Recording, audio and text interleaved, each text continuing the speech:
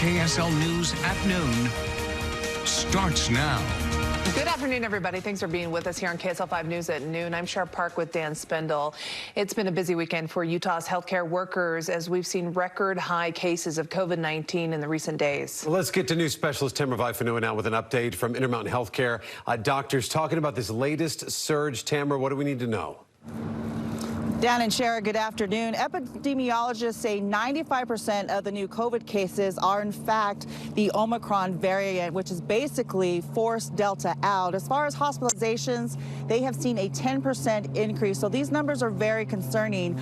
They tell us that Omicron is also impacting staffing at hospitals here in Utah. 300 or so healthcare workers have COVID, bringing the total to 1,000.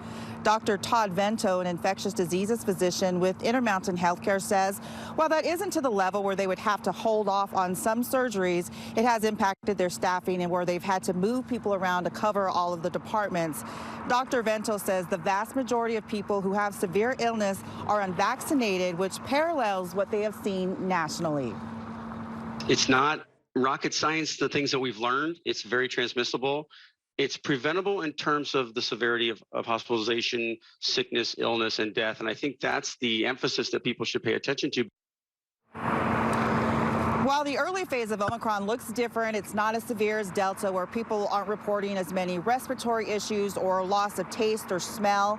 Dr. Vento warns that COVID changes and can behave in other ways that we quite haven't discovered yet. The bottom line, Dr. Vento says, is we can survive this portion of the pandemic much better if we get boosted, mask up,